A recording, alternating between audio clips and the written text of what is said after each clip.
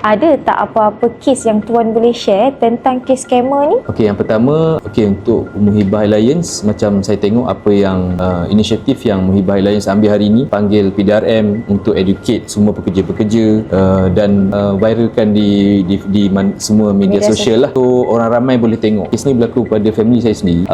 Untuk makluman, ayah saya seorang Bilal di masjid. So biasa kalau pergi masjid, di masjid dia akan ada satu carta organisasi, betul. Dan di carta organisasi tu dia ada gambar, pengerusi siapa, Bilal, imam apa semua kan.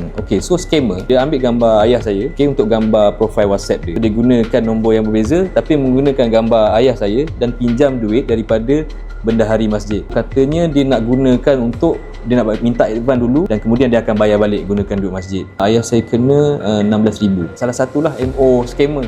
Dia gunakan gambar dekat masjid tu, carta organisasi tu, dan dia gunakan nombor lain lah. Tapi yalah, kadang-kadang orang, biasalah orang kat masjid ni orang-orang tua kan. Dia tak tengok pun nombor siapa. Dia tengok profile picture, ni haji majid ni.